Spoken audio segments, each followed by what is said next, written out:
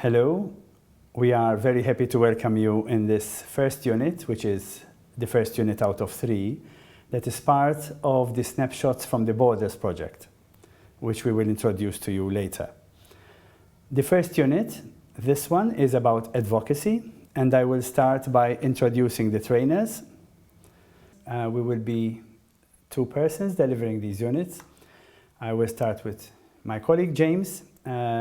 James has experience in coordinating social work and community-based projects.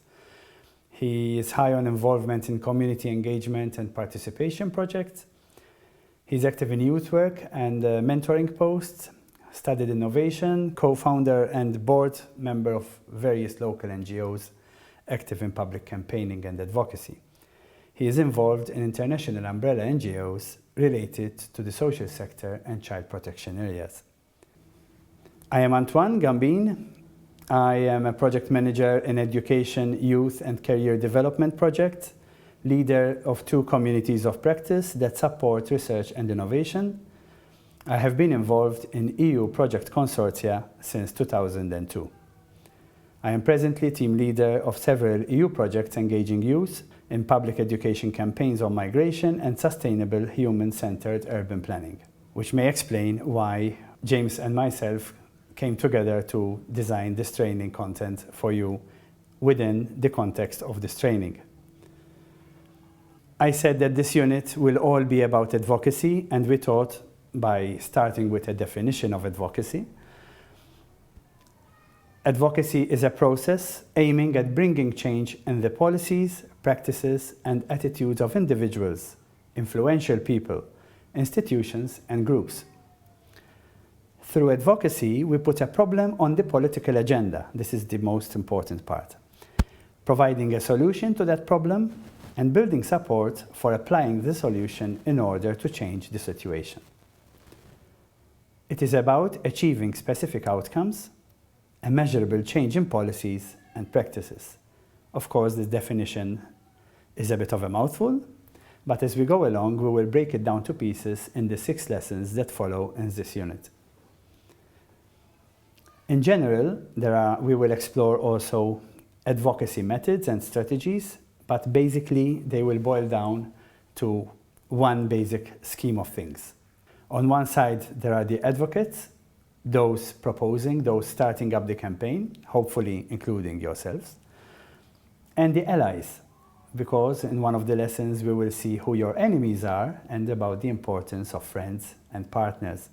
Then the methods, which is there's lobbying, there is the mobilization of the public, mobilization of public opinion, coaxing people into owning your idea for the campaign and what the solution could be, and the engagement with mass media, because of course the communication has to reach your audiences and has to reach the public that can become your ally or friend at some point. And then of course we will look at the targets, and the targets are many. The targets are your milestones, your success thresholds, and the targets could also be the policymakers you want to influence, and the targets could be the general public that you might need to lobby around so that you get support for your idea, because your idea for a solution that you identify through your campaign, your idea is owned by many. The more it is owned by many, then your advocacy campaign is working. The context of these 3 lessons is, of course, Snapshots From The Borders. This is a 3-year project co-funded by the European Union under the EuropeAid DEAR budget line. It is run, this project, by 35 partners. Most of them are border local authorities and civil society organizations. And the Maltese partner for this project is the NGO Kopin. The other part, the other element that is very important and that will be the focus of the Unit 2 of this training, and that is also a backdrop and the context of this training, is the local integration charter and action plan for 2020. We took some snapshot from it so that we understand what it is all about and what inspires it. This local integration charter is a tool for the local councils. That is why this training is being provided for players in the local authorities, to support each other in order to respond to the integration needs within the increasingly diverse communities by means of the action plan. So we will be talking of action plan, and advocacy is an action plan. The principles of the local integration charter and action plan are the utilization of inclusive discourse and the promotion of diversity, fostering a climate and opportunities for dialogue at a local level, organizing events that will bring together different communities, promoting the involvement of migrant communities in the work of this entity, committing to attending and participating in the meetings of the Charter and implementation of the action plan, voluntary participation in integration and anti-racism projects. The objectives are the integration of the individuals and communities at the local level as a basis for integration at national and EU level. Why were you chosen as part of the target group? Because this local integration charter is a tool for local councils to support each other in order to respond to the integration needs within the increasingly diverse communities by means of the action plan. The local councils and the persons who are key at a local level have a very important position that will be actually better explained in Unit 3, because the local council is in between being in a position of authority and being close to the grassroots.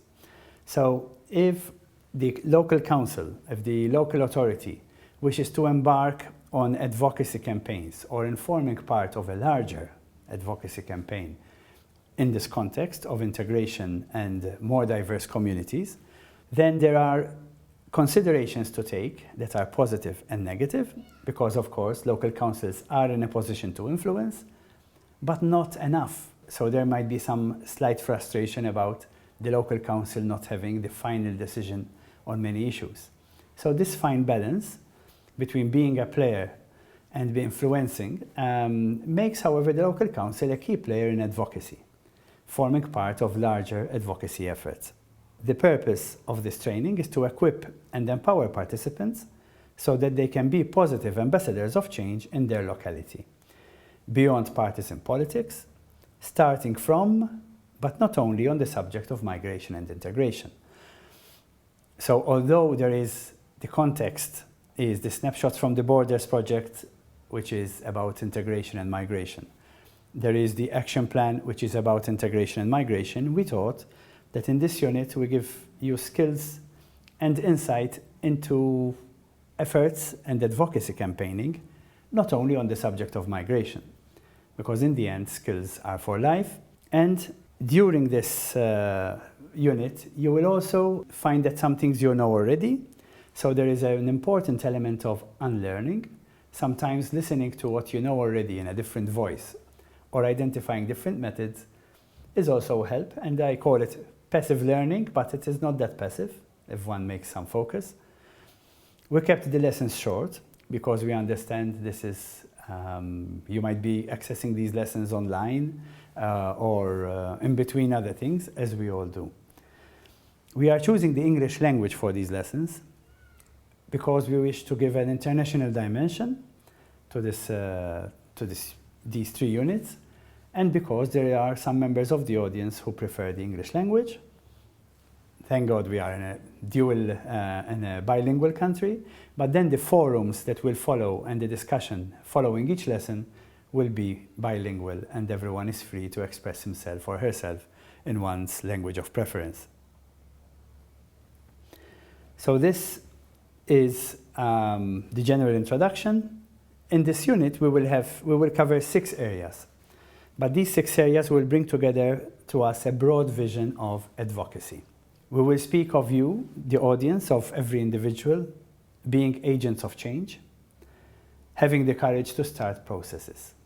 We will, in the last slide, quote the famous proverb that if you are scared that you cannot bring about change, try sleeping in the dark with a mosquito. Another element that we will cover in these lessons will be that how to start and maintain change, because change needs persistence and consistency. We will look at the different kinds of power.